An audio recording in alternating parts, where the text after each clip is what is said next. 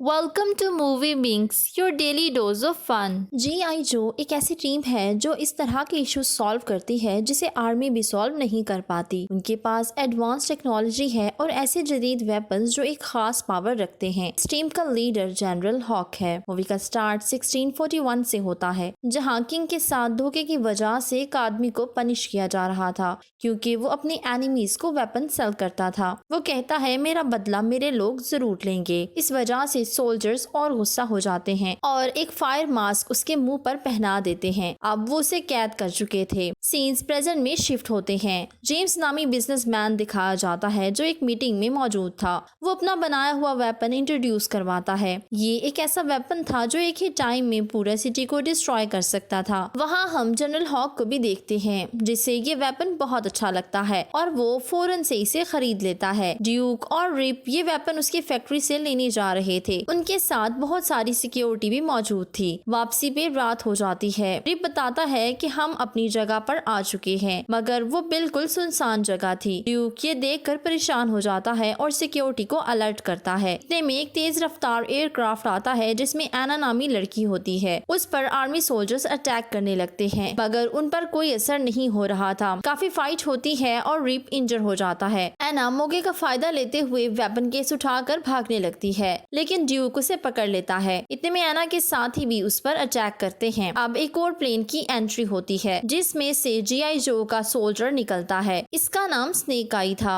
वो ड्यूक के साथ मिलकर सब दुश्मनों को खत्म कर देता है। इतने में एक एयरक्राफ्ट एना को लेने आता है। वो वेपन केस उठाती है लेकिन ड्यूक उसे नहीं जाने देता। स्नेक आई भी वो मांग रहा था लेकिन ड्यूक इनकार कर देता है। इतने में वो जनरल हॉक की बात करवाता है। उसे कुछ समझ नहीं आ रही थी। वो उसे इजिप्ट का एजेंट समझ रहे थे।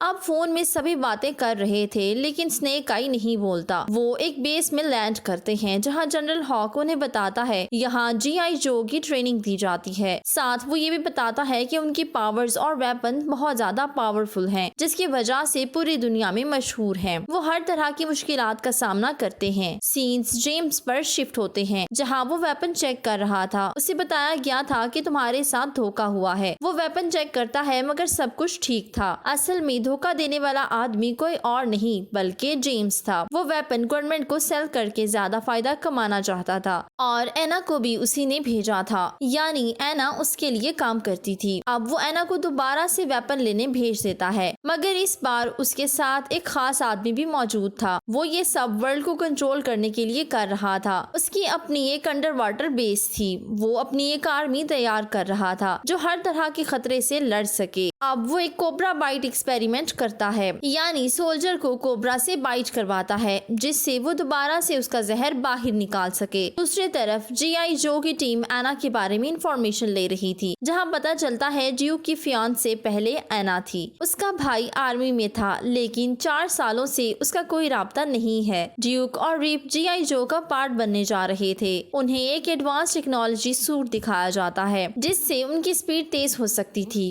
और वो कहीं भी जंप करके जा सकते थे। अब ड्यूक और रिप की ट्रेनिंग स्टार्ट हो जाती है जो काफी अच्छा परफॉर्म कर रहे थे। ड्यूक और स्नेक आई की फाइट होती है और स्नेक आई जीत जाता है। ड्यूक फिर से स्नेक आई से लड़ने का फैसला करता है। वो अपनी पावर्स शो करवाना चाहता था और इस बार वो स्नेक आई को हरा देता है, जिससे वो बहुत खुश होता है। अब उन्हें वाटर ट्रेनिंग भी दी जाती है। जनरल हॉक आकर उन्हें कहते हैं तुम दोनों ने टेस्ट पास कर लिया है। उधर एना GI जो की बेसमेंट में एंटर हो जाती है। वो जनरल हॉक को काफी इंजर कर देते हैं। वो लोग वहाँ से वेपन लेकर जाने लगते हैं तो जनरल को होश आ जाता है और वो इमरजेंसी बटन प्रेस करता है जिससे सारी आर्मी अलर्ट हो जाती है। GI जो की टीम की उनकी टीम से फाइट स्टार्ट हो जाती है। स्नेक आई एना और उसके खास आदमी को हैंडल करता है। अब उन लोगों में बहुत जबरदस्त फाइट होती है। एना के साथ जो आदमी था वो ड्रेस चेंज करके एना को ले जाता है। वो लोग जेम के पास होते हैं जहाँ वो उन्हें वेपन कुछ कंट्रीज की तरफ भेजने का कहता है। GI जो टीम एना के बारे में सारी इंफॉर्मेशन ले चुकी थी कि वो एक साइंटिस्ट की वाइफ है जिससे जेम्स की टीम यूज कर रही है। वो एना के हस्बैंड से वेपन्स एक्टिवेट करवा के उसे मार देते हैं। GI जो की टीम दुनिया को तबाही से बचाना चाहते थे। अब स्नेक आई उनका पीछा करता है मगर उन्हें रोक नहीं पाता। एना उससे बचने की काफी कोशिश करती है लेकिन आखिर में वो उसे पकड़ लेते हैं और इसके साथ ही कार क्रैश हो जाती है। लेकिन एना बड़ी चालाकी से वहाँ से निकलकर एक बिल्डिंग बिल्डिंग पर चढ़ जाती है। वो लोग अपने वेपन से इफिल टावर पर अटैक करते हैं। इफिल टावर नीचे से बिल्कुल खाली हो चुकी थी। इफिल टावर से गिरने वाले एनोनिमिटीज सब चीजें डिस्ट्रॉय कर रहे थे, लेकिन ड्यूक बड़े कमाल तरीके से उनके एयरक्राफ्ट पर जंप करता है। वो उस वेपन को बंद कर देता है। उधर इफिल टावर गिर जाता है।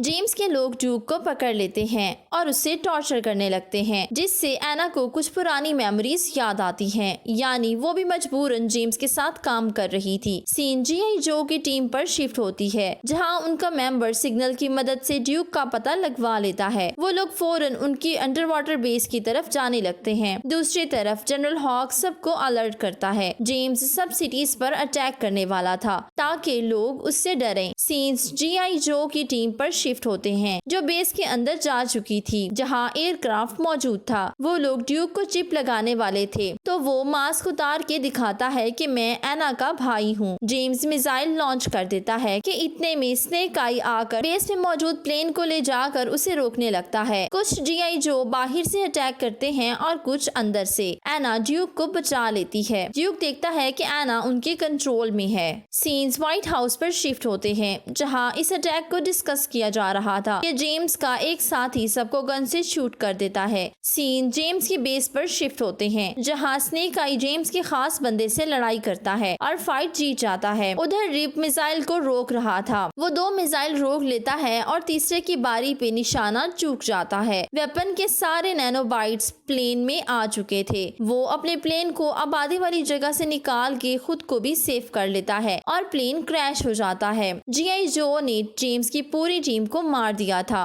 और अब नेक्स्ट मिशन के लिए तैयार थे। इसके साथ ही मूवी एंड हो जाती है।